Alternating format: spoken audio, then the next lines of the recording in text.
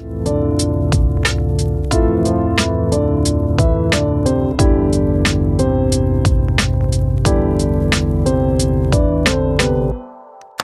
again, and welcome to the Up in the Air podcast, a show about designing buildings, building people, and just finding ways to be better. I'm your host, Danny Zimmerman, Executive Principal and CFO with Cleary Zimmerman Engineers. Thank you for taking time out of your busy schedule to join us today. I hope you'll leave better and a little lighter for the listen. For the next few minutes, I have the privilege of speaking with my friend, Lee Carsten, founder and CEO of Whitecap Risk Advisors, a cybersecurity consulting firm focused specifically on the AEC market. We're going to talk about cybersecurity, maybe a little bit of AI, and this is a subject that I think all AEC leaders really need to make a priority if it's not already part of your business plan, because it affects us all. We've been affected by it numerous times already, and I thought it'd be great to bring Lee on and talk about it on the podcast. Full disclosure, Whitecap is on contract with CZ, and I was so impressed by Lee's process and what he did for CZ, I thought it'd be great to have him on and talk about it. But before we do that, it's our usual hot takes by cool engineers. And today's hot take is that technology upgrades, maintenance upgrades are a hassle even for MEP engineering firms.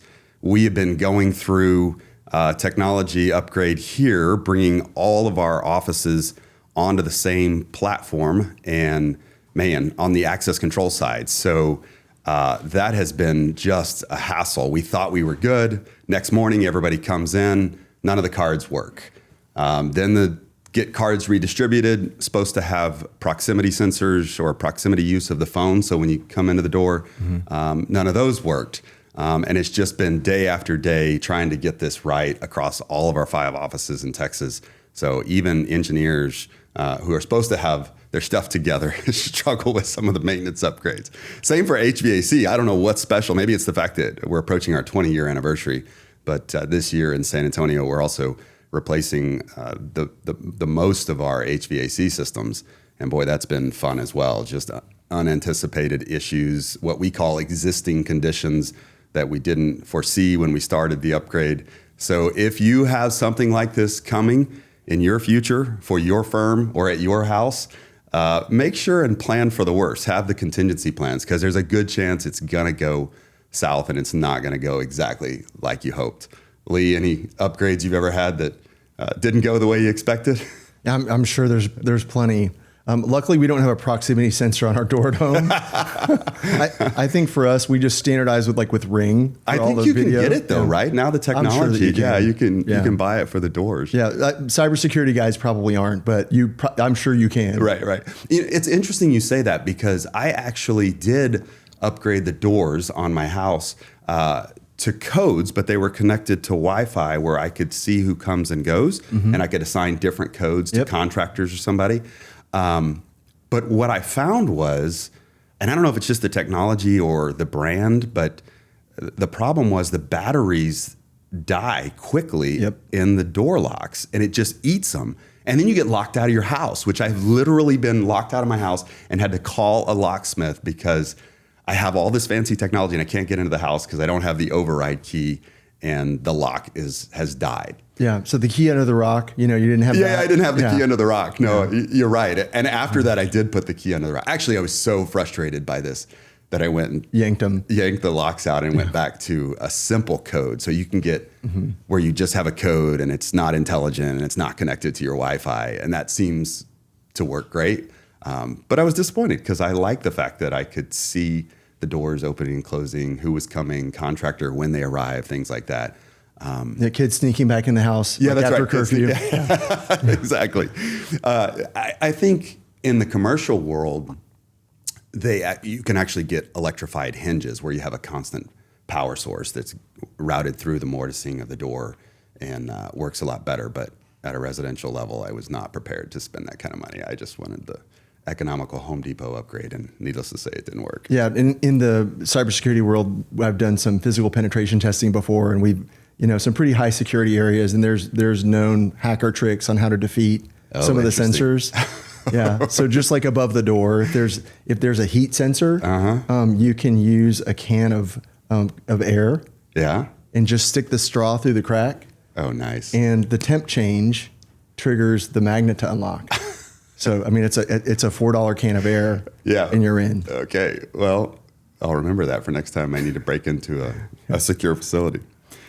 All right, Lee, thanks for being here today here in the SoFlo Design District studios of Cleary Zimmerman Engineers. And I want to start just by hearing your background. Tell me about yourself. Clearly, you're in cybersecurity, but how did you arrive here, and how did you get to the point where you founded Whitecap? Yeah, so thanks again for having me. This is exciting, and it's a fun thing. And thanks for the friendship and the opportunity. I mean, you've really been a supporter of a lot of what I've done, and I appreciate it. And I'm glad to hear that I brought some value to you and the firm. Absolutely. Yeah, so I've been in cybersecurity since 2002. My first real cyber assignment was helping Christus Hospital build out their cyber team. And they came to me and needed help with a firewall person. And this is before we called it cybersecurity, and it was really like the early days of information security. Mm-hmm. So helped them build that out, and then started doing that for a lot of different organizations in town, and ultimately got my first cyber job in 2007. So been dedicated since then. Worked for 20 years now. Yeah. Wow. Yeah. Worked for an application security boutique. There, yeah, no, there's a lot of us at this stage right now. Like it's pretty wild. I was just at a dinner last night in Austin with a bunch of chief information security officers, and yeah, like a lot of us are the gray hair, gray beards. Yep. You've arrived. Yeah. So yeah, I moved from the job with Calence into a job with a application security boutique consultancy. Worked nationwide, a lot of big enterprise firms. We were helping organizations secure their application stack. So this is lots of custom development, typically in highly regulated industries. That was an amazing experience. And then in 2016, I took an opportunity with Strauss Friedberg, and Strauss was a digital forensics and incident response firm. And 3 months after I joined, we were bought by Aon. So spent almost 10 years with Aon as a vice president in their cyber solutions group, working with treasurers and CFOs and risk managers at the intersection of legal risk, technology risk, and enterprise risk to help them make decisions about what their risk programs look like, and was there like if when the bad day occurred, I was one of the first phone calls. So I got to do that for some time, which is exciting. It's like driving an ambulance. My dad actually drove an ambulance when he was coming up, and he said it's 95% boredom and 5% terror.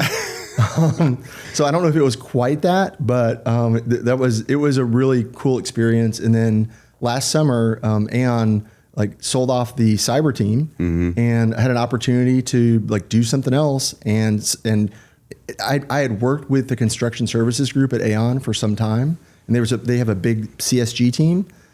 And was never really able to support those construction clients at Aon just because of how we were built and the kinds of teams we had and what it would take to do, and just based on size and scale. So when I built Whitecap, I saw this as an opportunity to really dig in. I just love the AEC space. I love the people. I love building things, and nobody does more literal building than the AEC industry. And the opportunity with Cleary Zimmerman came up, spoke at a couple of Construction Finance Management Association meetings, got some friends that are construction brokers. So it just made a lot of sense. And I guess I'm about 9 months in, and it couldn't be happier. I think there's so much opportunity in the AEC space. When you came to us, we just weren't thinking about cybersecurity. And we'll talk about here shortly, but it's such a risk today. Everything we do is so focused on technology and software and all the systems, and we're really good about locking the doors and having the controls on the doors like we talked about, but not so much in the cyber realm and with all of our systems. So looking forward to that. On my last podcast, I told the audience in my hot take that I believe the impact of AI and the AI revolution would be similar to that of AutoCAD in the late 1980s, kind of really changed our business and what we do and how we do it.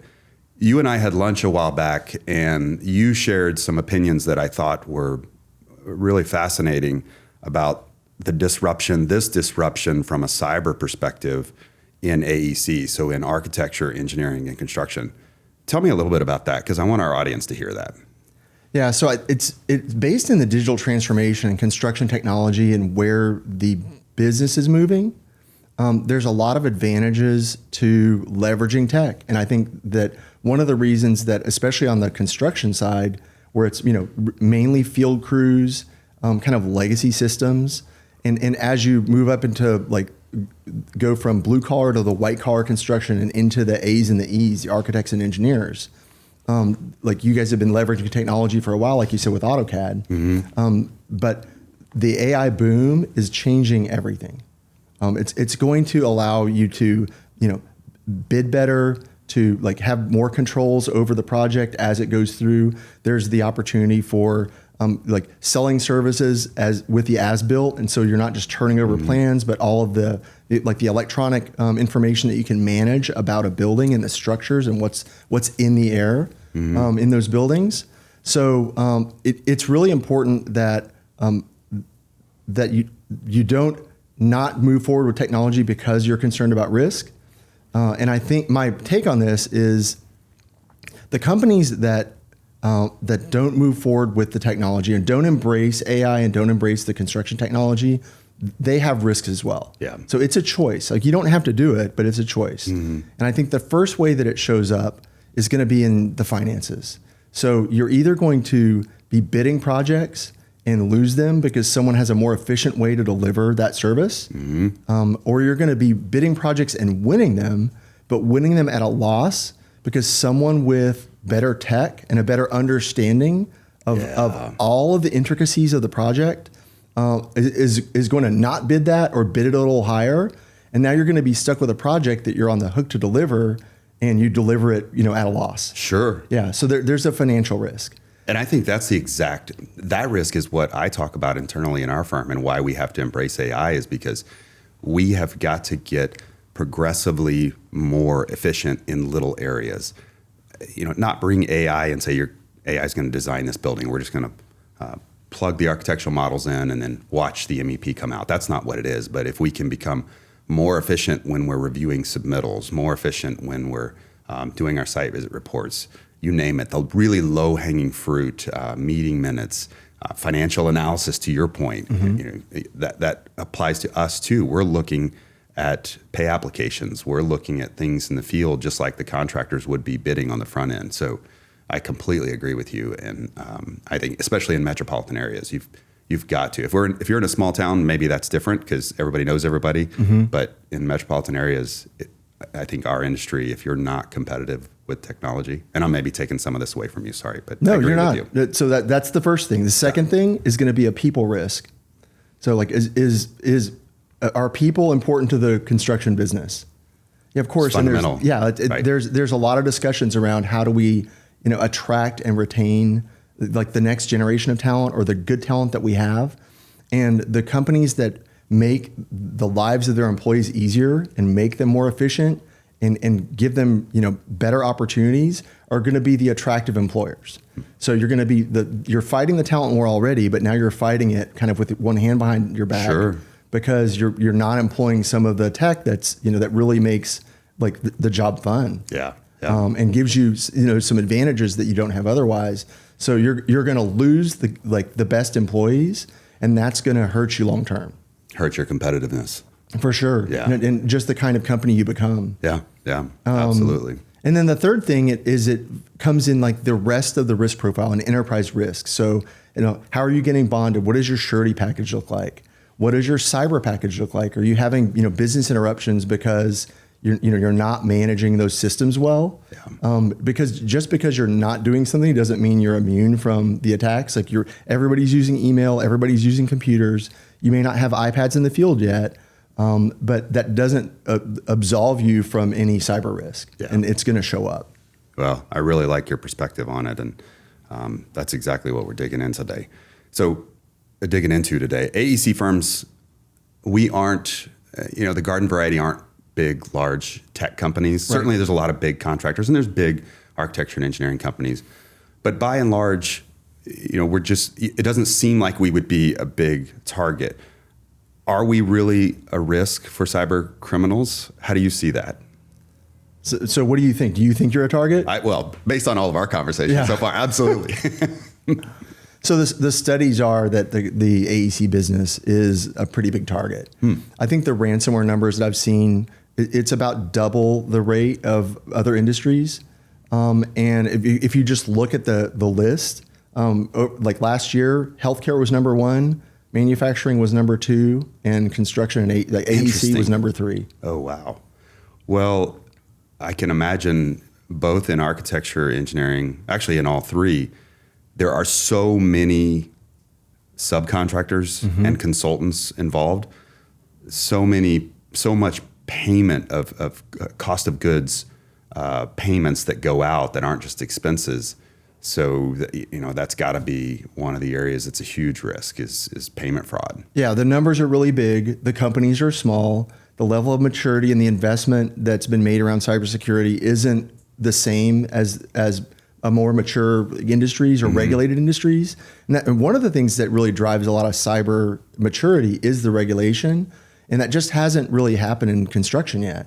I think CMMC and what's happening with the cyber maturity certification that any DoD contractors have to comply with by November is driving some of that. Just like in the retail space, PCI, which just celebrated, I think its 20th year, drove a lot of maturity for retailers because they had to comply or they couldn't take credit cards, which was a big source of their revenue.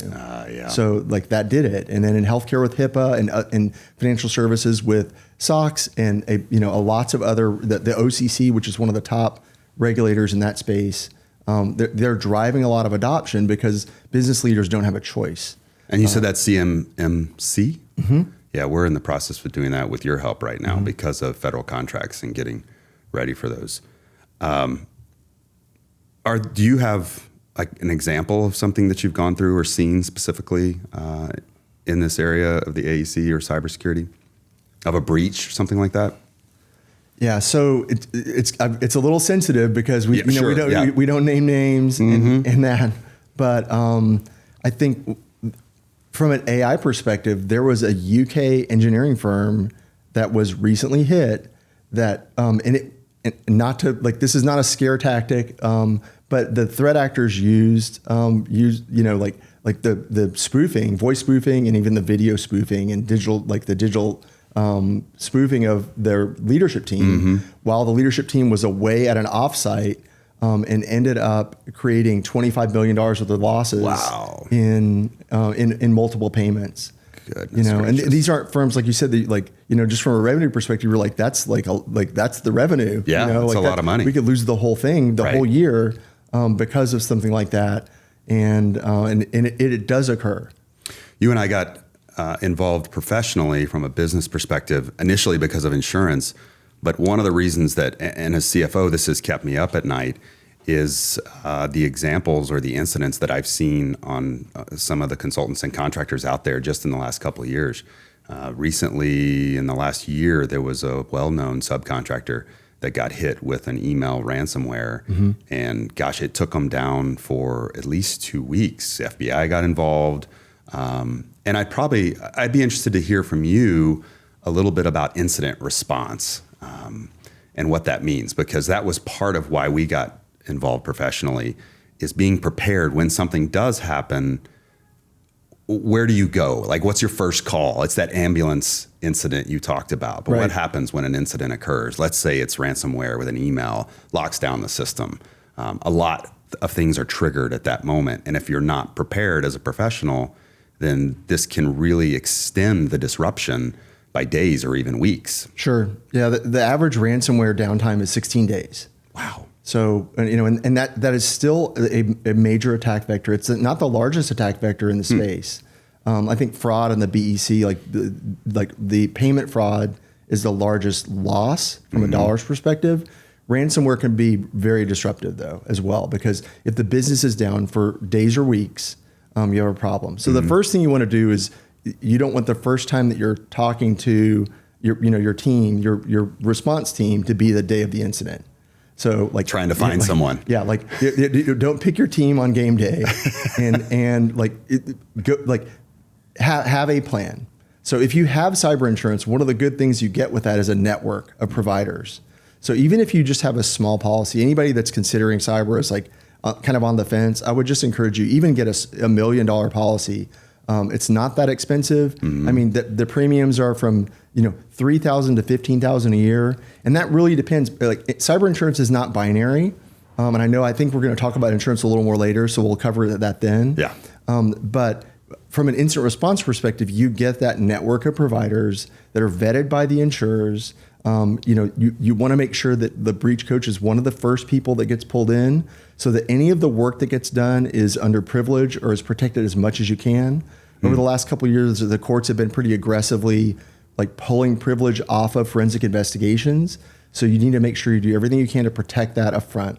Oh, wow. So even like the statement of work with your incident response provider should go under the GC or the breach coach that's managing that. We aren't immune to it. Even before we started putting in place some of the new measures, cybersecurity measures, we had a ransomware.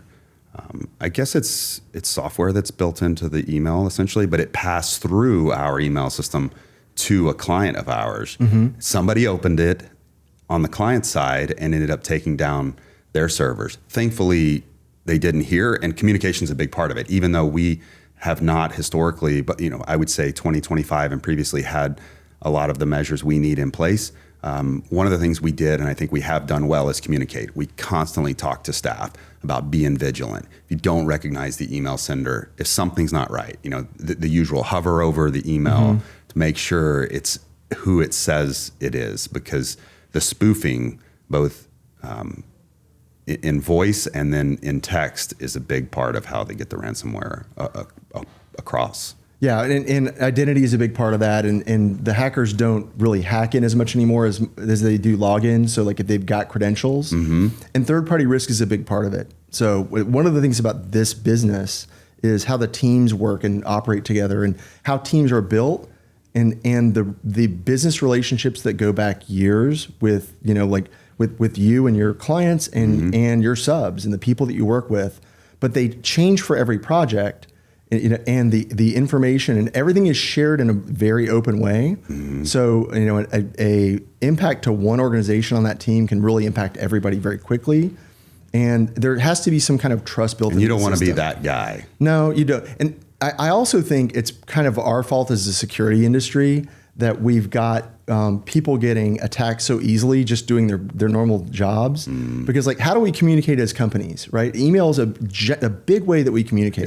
Yep. And if you teach somebody not to trust something, then they're going to use it less. Yeah. So, we've now taught everybody that they have to be, cybersecurity engineers, and their part-time job is being a cyber person. And I just don't really agree with that. I think that the industry has to do a better job with controls and technologies, so that if you're following the cyber rules of the road, like the basics, like, don't do anything obviously wrong, then you should be okay. And we're still not there yet. I mean, I think that there's still work to do. So that's a great segue into the idea that it's easy to think that cybersecurity, my MSP, my managed services provider, they're handling that, or that's the IT department's job. Why may this not be the case today? Why do you not have cybersecurity as top of mind with some of these usual consultants that you have, like your managed service provider, things like that? Yeah, I think it's the assumption that gets made pretty broadly is that's part of what we did. If we're on Autodesk platform, we're using ACC, and like they cover the cyber for us. But the reality is that data is your data, and the responsibility for protecting that data is your responsibility ultimately. Yeah. So if you're on a project and you've got like private client information that gets exposed even through a third party cloud partner, that's still like the lawyers are going to come for you, and you got to make sure that you have like the security controls in place to help manage some of that, so that you're not both held responsible, but also the reputational risk and everything that goes along with it.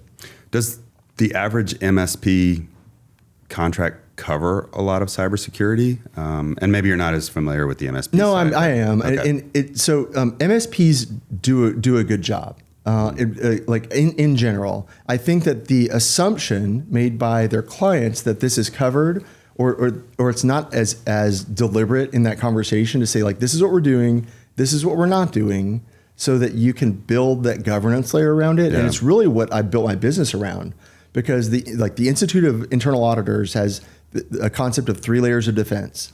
So the first layer of defense is operational. So either your internal team or your MSP typically handles like your cyber operations or your IT operations. And that's where a lot of the controls are put in place. Layer 2 is a governance layer, and that's policies and procedures, strategy, all of that. And that's a lot of what I do and what I bring to the clients that I work with. And then layer 3 is audit. So there is not a regulator that's auditing this outside of, like we said, CMMC. Right. But there can be internal audit, and even some of the work that I do is cover some of the audit layer too, just to make sure that all the risk is considered and it's appropriate, right? Because cybersecurity is not a game of perfect; it's a game of good enough. So what does good enough look like? If you just think about that's a great point. Yeah, physical security. Like you've got glass doors on the building, right? Yeah. Like how hard would that be to break? Yeah. Well, that's a choice you make because it's aesthetic, it's functional. There are locks on the doors. There's a physical lock on the bottom. There's a magnetic lock on the top. So we can lock this, but if somebody wants in, they're going to get in. Yeah. We can't make the email filters so restrictive that you don't get emails from. That's right. Yeah, the people you need to hear from. Yeah, and the snarky security guys are like the most secure systems, like not connected to the internet and probably not connected to power. It's just like it's just a box sitting there. You guys recently did, and this is kind of the heart of what I want to hear about today. You guys recently did what was called a cybersecurity risk assessment study for us. Now, at risk of going too far in the weeds, I think it's worth taking a few minutes to talk about the 5 themes that you built this study around. Because I learned a lot in this process, and I think our audience could really learn a lot about cybersecurity and think about their business processes and what they do and how they need to make improvements. But in that study, and I'm looking for like layman's terms descriptions of this. The number one thing was identity and credential governance. What does that mean? Yeah, so that is identity is one of the ways that hackers really leverage to get in. There's a separation of duties in the hacking community, where there's an access brokers that their job in the cybersecurity like underworld is to go get credentials, right? Go get access in organizations. They're not actually doing any of the attacks. And then they sell credentials. They're like, hey, we've got on the black market. Yeah, 20 credentials to these kinds of firms. Whoever wants them can buy them. And there's various methods for how that works. But identity protection is one of the more critical things you can do. And especially as AI really takes off, it's being able to prove you are who you say you are, and how do you do that? And you've talked to, multi-factor and other things. I'm sure you've heard about that. Sure. And that's, and even though that's now relatively defeatable, there are, the identity governance space in security is one of the top ways. So like if you've got controls over who has access to what, and role-based access controls and least privilege and some of the security concepts, because cybersecurity, they talk about it as being like layers of the onion, and you're really building, just because you do one thing doesn't mean you're secure. You're really trying to like layer in security controls to keep as many of the bad actors out as possible, because you just want to, you don't have to be the most secure person. You just want to be not the least secure person. Yeah, you want the guy to move on down the street. Yeah. When they see that the door is at least locked. Yeah. Yeah. So when Google sends me that email that says we found your password on 5 other sites or something, I should pay attention to it. Yeah, that's a good time to go reset those passwords. Reset the passwords. If it's actually Google. Yeah. Well, okay. Good point. Okay. Number 2 in that report was endpoint protection gap. I'm guessing this has to do with devices and things of that nature. Yeah. So what you don't want is you don't want something to happen that you're not aware of, and then you don't want something that happens to one machine to happen to all the machines. Okay. So part of endpoint protection, if you think of the old days, that's like semantic antivirus, or Norton. I think everybody had like some kind of antivirus in the past. What happened, some time back was the early machine learning models started looking at heuristics, and instead of being signature based, which is antivirus, so every virus has a signature or a hash that you can just search a table and say, does this exist? It doesn't let it through. So the new endpoint detection is behavior based. So it's looking for behaviors that malware would typically use.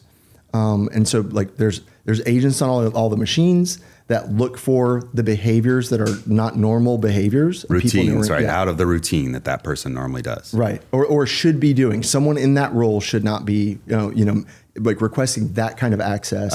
Okay. And having that in place is really important. And what now is even called, it's not EDR, but which is endpoint detection, but it's managed detection, or XDR, which is even like the network side of managed detection, so that it's just more information about what's happening in the environment, so you have visibility and can detect and stop an attack sooner.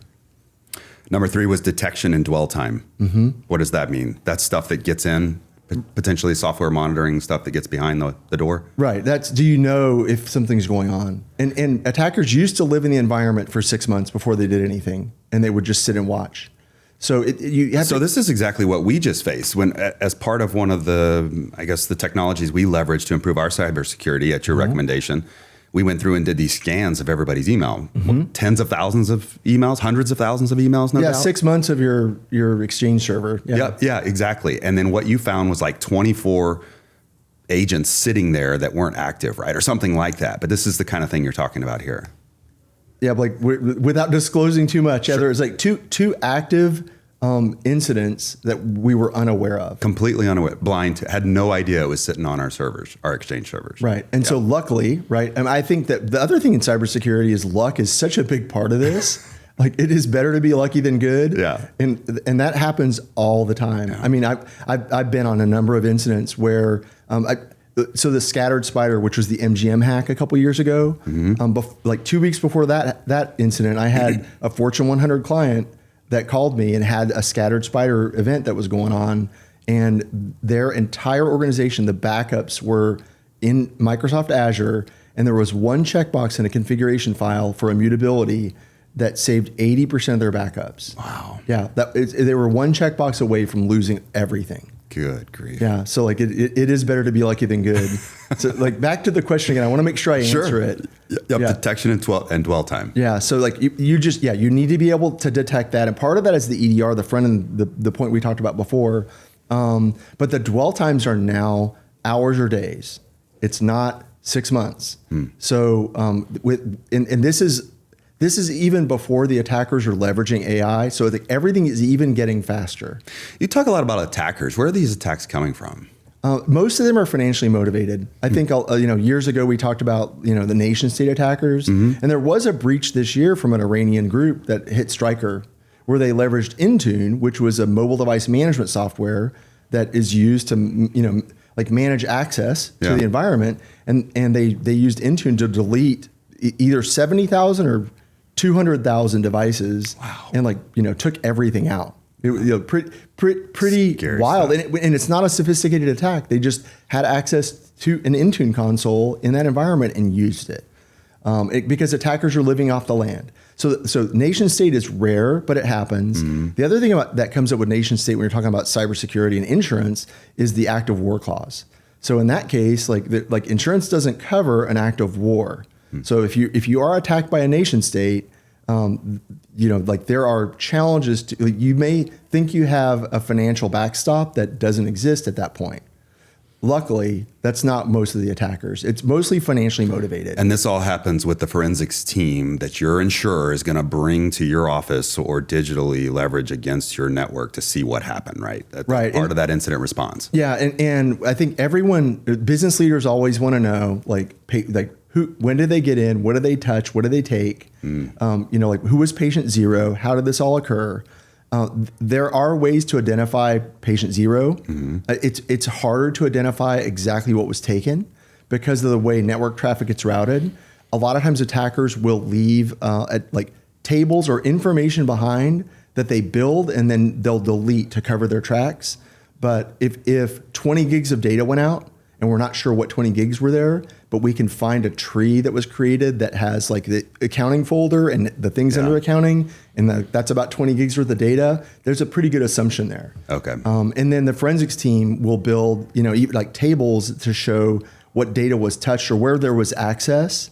so that you can kind of try to triangulate and get that information, so that you can make, we give that information to the lawyers to help them advise you on what the real risks are. Because from a data breach, what are you facing? But a data breach perspective, that's the personally identifiable information, or any information about clients, or any information that you could be subject to a lawsuit. Mm-hmm. And when you hear about breaches versus incidents, incidents happens all the time. Breaches don't happen quite as much because that's the public disclosure piece. So it is, and there are state rules around reporting, and the state GC has requirements for any kind of data breach. So if something happens, you do have a requirement there that could also put you in trouble too. Another reason to have a cybersecurity expert helping you out. We've got to keep moving. I want to keep asking and digging, but we got to keep moving. Engineering, IP, and cloud data exposure. This was number 4. Maybe you kind of touched on this already. Well, not so much with intellectual property, but this is the client's information at the end of the day that we've got on our servers and in our files. So the 2 big things in AI security are really around identity, which was the first thing, and then data governance, which is this question. So data governance is really understanding what data you have access to. Is it private? Is it public? Because you protect that differently. Who has access to it natively, who could get access to it, how you request access to something, because you don't want everyone to have access to everything, right? Your HR folders are going to be restricted information about pay scales and who's doing what, and everybody's what kind of health plans that they're on, and all that information is protected. So even if you don't have any other regulations, if you have employees on a plan, you have to protect that data a little bit more sensitively. But your intellectual property and building designs and plans and owner's information, or your marketing and proposal template, and I know you guys do such a good job with how you market and how you think about that. So that's competitive information that you wouldn't want to get out. Yeah. So you need to protect that differently, and that goes down to data governance. Last one on here of the 5 points in your report was governance and insurance posture. What does that mean? Yeah, so that's the overall governance. Do you have a cybersecurity policy? Are you other than just acceptable use? There's a number of policies that everybody should have in place. From an insurance perspective, do you have the right kinds of coverage? Cyber years ago used to be covered under other policies, but pretty much every carrier is making an explicit coverage now. So you have to have an explicit cyber coverage, but every cyber policy is not the same either. And I think we'll probably talk a little bit more about that. Yeah, that's actually a good segue, because that's next on my list. What impact does insurance have on cybersecurity? This was the very reason you and I started talking from a professional level to begin with. You were with Aon at the time, and we had a cybersecurity policy in place, and the cybersecurity carrier came to us and said, okay, hey, Mr. Client, fill out this self-assessment. We want to see what your cybersecurity posture is like. So we filled it out. No, we're not doing that. No. And they came back and said, you know what, if you don't fix at least these 3 items, then we're not going to cover you next year. We won't take the policy. So I can imagine that insurance is right in the middle of all cybersecurity issues and your posture. Yeah, so cyber insurance is really looking for macro issues. They're looking at trends in claims. So if they see a trend in a claim that all these clients that got hit didn't have multi-factor authentication, that became the rule. Which was exactly our first step. Was we had to, sad to say, we had no multi-factor authentication requirements 2 years ago. Right. So that was something that was really popular when the market got hard, about 4 years ago. It was something that would create denials in applications or renewals. And a big part of my job at Aon was just helping clients build proactive programs that made them insurable or put them in a little bit better category. And I think security guys always want to know exactly hey, this $50,000 project that we did, how much did that save me on premium? And it doesn't get graded like that by an underwriter. The way that underwriters look at risk, really the type of business you're in has a lot to do with it. Just, think of the auto insurance analogy. If you're a 16-year-old male that just got a driver's license, your insurance is higher. Why is that? It's the claims data, right? So if you're in an industry that's been attacked a lot, your insurance is going to be higher because that's a higher risk for that underwriter to carry. And if you don't have certain controls in place, your risk is higher. And really, from a pricing perspective, if they don't like it, they'll just say we're just not going to bid it, or they'll bid it and dare you to pick it, because it's if you're going to pay that premium, we'll take it. Because, we'll take the risk. Yeah. But that ended up being what you can still be in a high risk category. and go to that carrier and say, yes, but here is our cybersecurity policy. Here are the measures we've taken to be more safe, and end up getting coverage and a decent. I mean, this is what's happening to us right now. We're facing renewal, and they've come back and barely increased our rates because of all the measures we've taken in the last year or so. I think it was a 9% decrease. Yeah. Oh, yep. Yeah. So it's and that also is market driven more than it is anything we've done. It's like when the market is competitive and the carriers are competing for new clients, you're going to get a better deal. When the market is pulling back and saying like, we've got too much exposure, we're not comfortable with this wave of claims that's occurring, that's when no matter how secure you are, you're going to have a hard time with a renewal. It's what all my peers are doing, right? It doesn't matter what I'm doing. At the end of the day, what we're doing to keep our data protected is for our own security, peace of mind, financial security. I'd say it's a little of both. I mean, it matters. It does matter, and it is a driver. And cyber insurance is a financial backstop that can be used. Everybody thinks about like the ransomware amount, and like the average ransomware amount, according to the recent Cover report, is only about $115,000. Oh, really? It's that low? Yeah. And so $1 million of coverage is good. But the ransomware amount is not the exposure, right? Yeah. The exposure is like if you're 2 weeks of lost income and operations. Yeah, that's right. Okay. It's way bigger than that. And I think that's what people underestimate. I mean, when you think about it, and this is what kept me up at night, the risk of having 150 employees that can't access their email or have no ability to log into the network because we're in the process of standing it back up from the backups that are off-site. Those are the kind of risks that are huge. It's not, to your point, it's not what I have to pay the criminal out there asking for the ransom. It's really what income I'm losing and the costs I'm spending. Yeah, business interruption is the biggest cost for sure. Yeah. And cyber insurance does cover third-party and first-party business interruption. So something happens to a CZ system, you've got coverage under the first-party business interruption. Something happens to a partner, AWS East goes down, and now AutoCAD's offline for a day. There is a potential claim that can be made through a third-party dependent business system interruption policy. So what I'm hearing, one of the points here is make sure you've got a cybersecurity insurance policy and you know what's in it. You've got an expert like you looking at it. Saying, and that was done. And I'm not a licensed broker, but right. I work with them all the time. And like with you in particular, like we've got a really good team.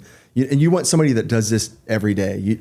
You want a specialty broker for your cyber policy. You don't want to use the guy that's doing your general P&C and everything else. It's the best practice is have someone that just does cyber work with you on your cyber. It's not a time to go cheap and pick. And it's not even about cheap, and I think people think cyber insurance is binary. Like if you think about auto insurance, like you can get minimum liability and then you can say I have insurance, I have auto insurance, right? But a good policy is going to have the equivalent of comprehensive, collision, uninsured motorists, rental reimbursement, all of that stuff. Like that's what a good cyber policy is going to look like with the things that are important to that. All right, briefly before we wrap up our podcast today, AI and the evolving threat landscape that comes into view when you're talking about cybersecurity. Talk a little bit about that. AI is getting more advanced, being used by criminals more and more every day. We're starting to use AI internally more and more. What does this mean to cybersecurity and our posture? So the attackers have first mover advantage. They started using it before we did. and they're better than me. One of the examples is just the better like phishing emails, like all of the terrible oh my gosh, they're grammar. Incessant. Yeah. So like that's getting better, but that's not really even the most dangerous. I think there was something got released recently. Mythos and Darkwing or Glasswing from Anthropic was the foundational AI tools are really good at finding issues and vulnerabilities. So Anthropic went out and found like a 27-year-old BSD vulnerability, which is something that is the core of the internet that could break the internet if it wasn't fixed. That no pen tester and no person had found in 27 years. Wow. And then the Glasswing project was a group of about 20 of the big security companies they brought together to say, we've got to really address and fix this. So the models themselves are being used to find problems. Now, the reality is about 3% of vulnerabilities are ever even attempted to be used. So we don't have a problem of fixing everything. It's really, we have a problem of fixing the things that attackers would potentially use. And that's how you have to prioritize, because it's not about perfect, it's about good enough. And, let's just make sure that we're doing the appropriate things to protect what we're trying to protect.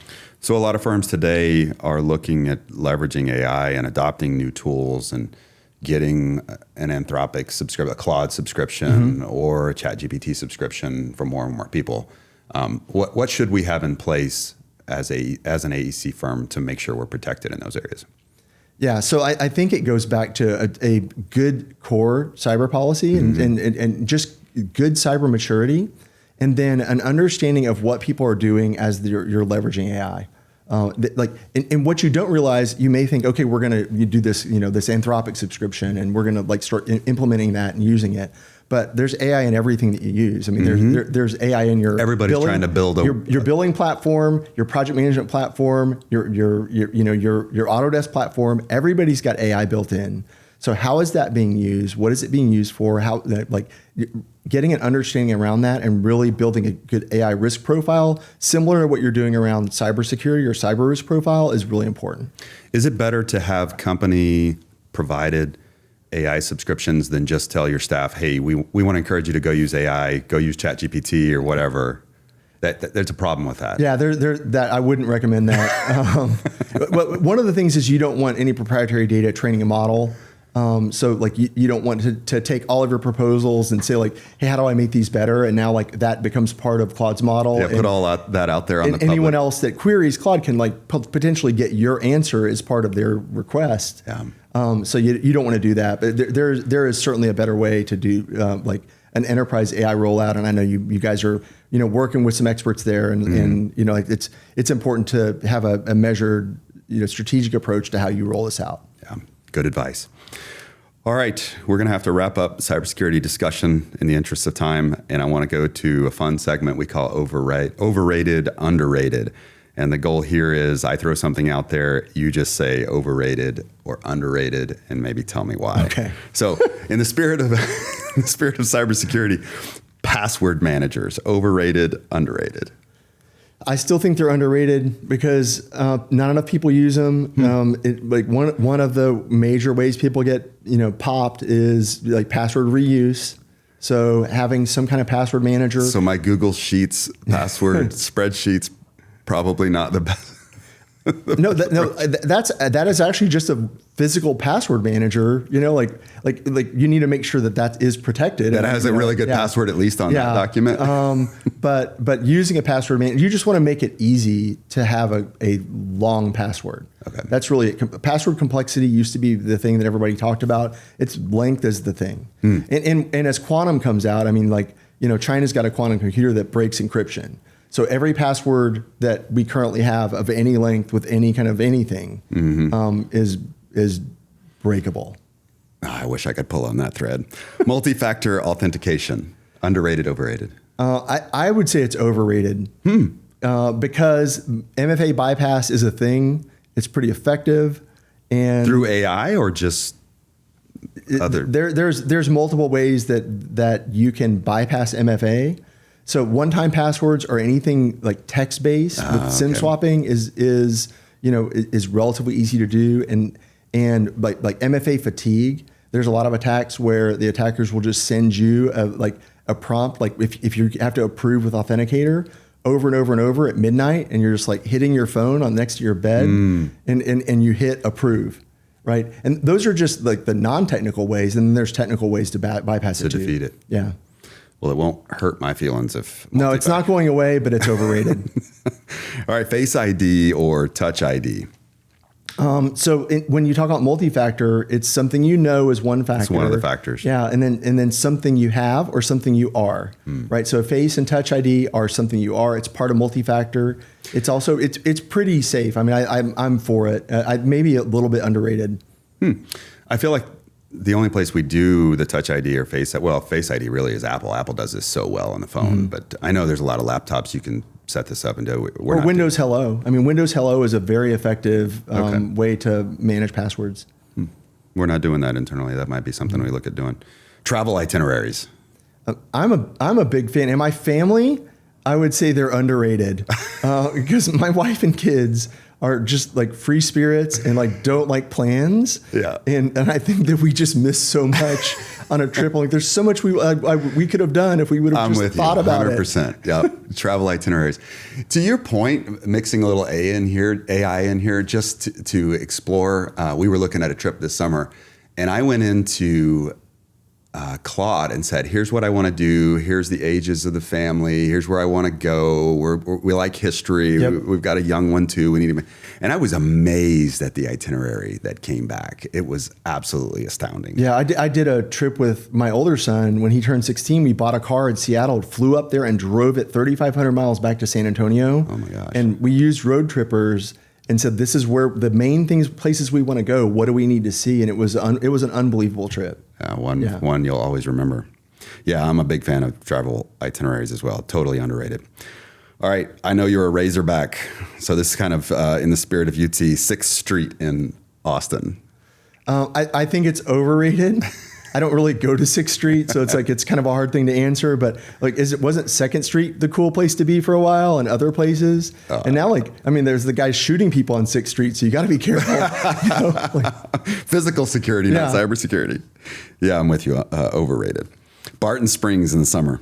I just think that's overrated. There's so many great places in Texas that you can go to. And if you get out to the Frio River or other places, I would do that instead. Yeah, I shouldn't admit that I've never been to Barton Springs, but I did want to ask you. All right, this one's a good one just because of our family, and I think you and I have had conversations, but MMA fighting. I think it's underrated. I like full disclosure, in one of my last companies, we worked for Zuffa and did their IT, built their website, handled an attack from Anonymous. It's like the stories for another day. It was amazing. But one of the things that Dana White always says is that everybody understands fighting. It's one of the oldest sports. Everybody knows what it is. You don't have to understand the rules of like a fight's a fight. What makes MMA so interesting to me is that it's not just about fighting. It's about preparing yourself mentally and physically to fight at a certain time on a certain day against a certain opponent with a set of rules. And so with those controls, there's rules in MMA. Yeah. Some you can't like no kicks below the belt, and no eye pokes. Yeah, there's rules. You can't bite the ears, or can you bite? Yeah, that's boxing. Well, I wouldn't have known anything about MMA until the last year or so, and my son's gotten so involved with the intramural MMA at Texas Tech that it's been really fun to watch and to learn about it. So underrated. Conference speaking. I think if you go to the adage that if you want to really learn something, you need to teach somebody. Yeah. So if you want to really learn something, go give a talk about it. Yeah. Find something you're good at, go give a talk about it. You can find like small local talks or local user groups to do it. It will teach you so much about that. Plus, engineers and cyber guys are pretty introverted, and it helps break them out of their shell a little bit. So I would say it's underrated. Yeah, totally agree. I think if you want to really learn something and become an expert, try to talk or teach somebody about it. And that's when you learn where your weaknesses are, because you get questions and you really learn, you really become an expert in it. So totally agree. All right, last one. Pugs, overrated, underrated. Yeah, so that's a loaded question. Yeah, that's a loaded. I think dogs are if a dog can be underrated, or any dogs. Dogs are great. I'm a dog person. I think you need a dog that matches your personality. Because I've got friends that have gotten dogs that don't match their personality, and like, why did you get that dog? Like, you're not like a marathon runner. Why did you get like the dog that needs a Great Dane? Or something. Like 10 miles a day, right? So if you're sedentary and you're a clown and you like a constant companion and a shadow, a pug is a great dog. I was just about to ask, what are the redeeming characteristics of a pug? But they're amazing. They're the only breed that was bred for compatibility only by the Chinese emperors, and 1,000 years ago, and they came over with the Dutch. There's paintings in Holland of the Dutch royal family, because the Dutch East India Company, not the bad one, but the good one, the spice trade. They got some pugs from the emperors, brought them back to Amsterdam, and then the Queen and King of England had English bulldogs. We're trying to kind of breed out some of the stuff in them, and they bred it with the pug because the old pugs don't look anything like a modern pug. But the new pug was what we have today, and we love them. You are a pug expert. This is I'm kind of a pug too. So fantastic. That's interesting to hear the background on the pugs. All right, that's going to wrap it up today. Really appreciate you coming in and talking, having this conversation. We could have gone so many other places with cybersecurity. Sure. I think there's a lot to talk about, but in the interest of time and not going just 2 hours long, I think we've covered the surface of a lot of things and really hopefully got somebody thinking about it, that principal, that executive, that finance manager thinking about the risk associated with cybersecurity. So thank you, Lee, for coming in. Really appreciate it. Where can the audience find you? Where are you going to be speaking, your social media handles? Yeah, so I've got a number of things coming up. I'm speaking at the Association of General Contractors Technology Conference in August. Okay. So bringing a panel of folks up from San Antonio. The talk is called Nobody Gets Hacked Alone, Why Cybersecurity is a Team Sport in Construction. So that's going to be a good one. I'll be at AEC Innovate in Vegas in June. I think that's the 16th and 17th. Okay. And the RIMS, which is the Risk Information Management Society, I'm giving a talk at their Texas Regional Conference in August as well. But virtually and online, or later if you see this, if it's beyond this summer, whitecaprisk.com is my company website. I'm Lee Carsten on LinkedIn and pretty active there, and happy to have the conversation. I'm starting research on a book and looking for conversations with principals just to get perspectives about cyber risk. So really looking for, if that's something you think you'd be interested in participating in, reach out to me and I can let you know what I'm looking for. Yeah, I would encourage you to reach out to Lee just to have a conversation. He's really going to help you in the very early stages of starting to improve your cybersecurity risk posture. So that's going to be a wrap for today. Thank you very much for joining us. Look forward to seeing you next time on the Up in the Air podcast.